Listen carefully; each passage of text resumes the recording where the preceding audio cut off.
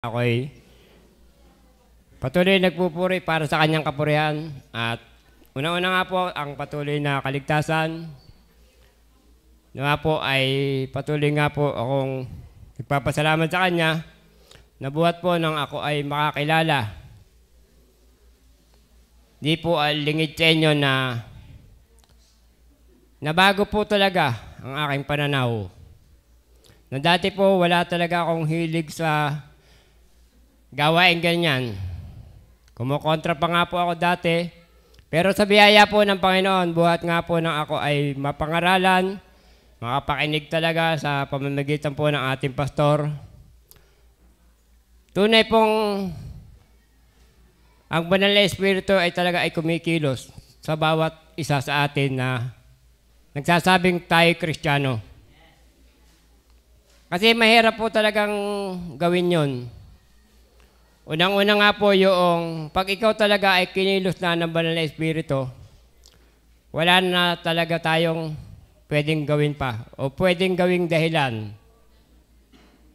Kasi po, makikita talaga na tayo ay may isang banal na Espiritu sa ating buhay. Unang-una nga po yung ako ay magkaroon ng trabaho na ang prayer ko po nung una ay nawa ako ay bigyan niya ng trabaho na ako ay hindi magiging sagabal, hindi ako magiging hadlang sa akin ang trabaho.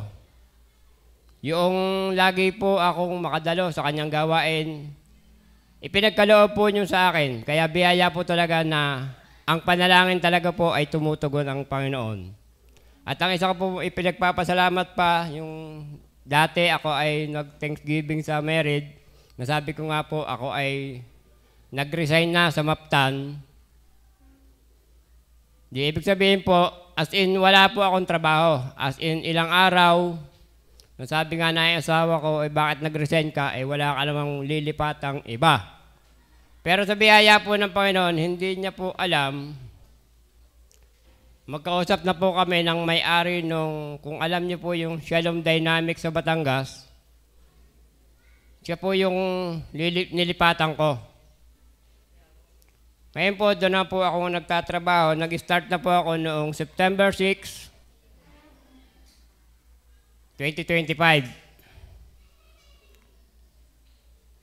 Isa pong pribilehiyo o yung isang responsibilidad uli sa akin bilang isang electrician ang sasabanahin ko.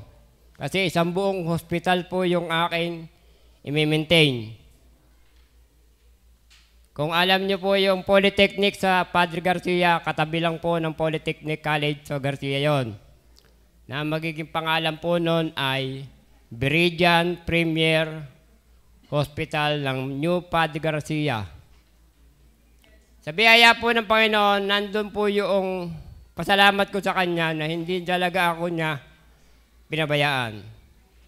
Kaya naman po ako ay patuloy nagpupuri sa Kanya. Andun po yung provide sa aming family.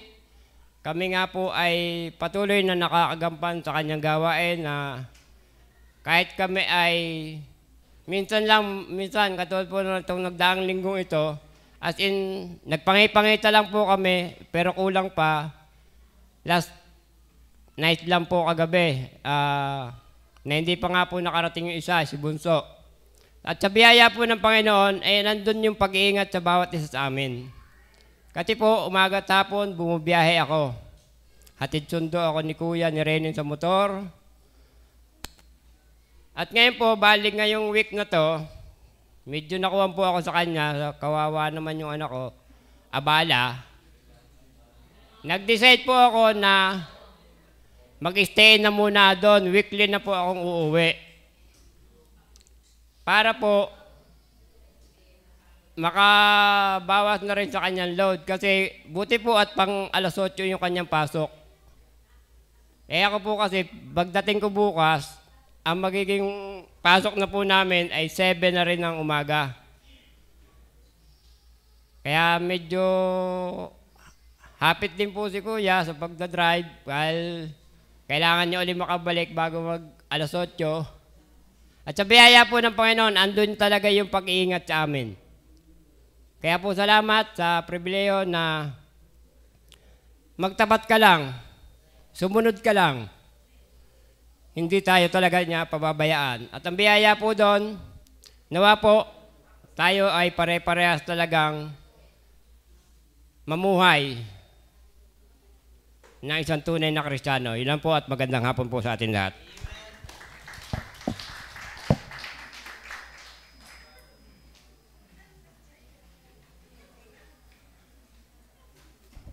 Amen.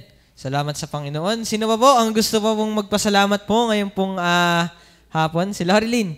Si Lorilyn yun. Tawagin pa natin si Lorilyn. Awa? Yan lang.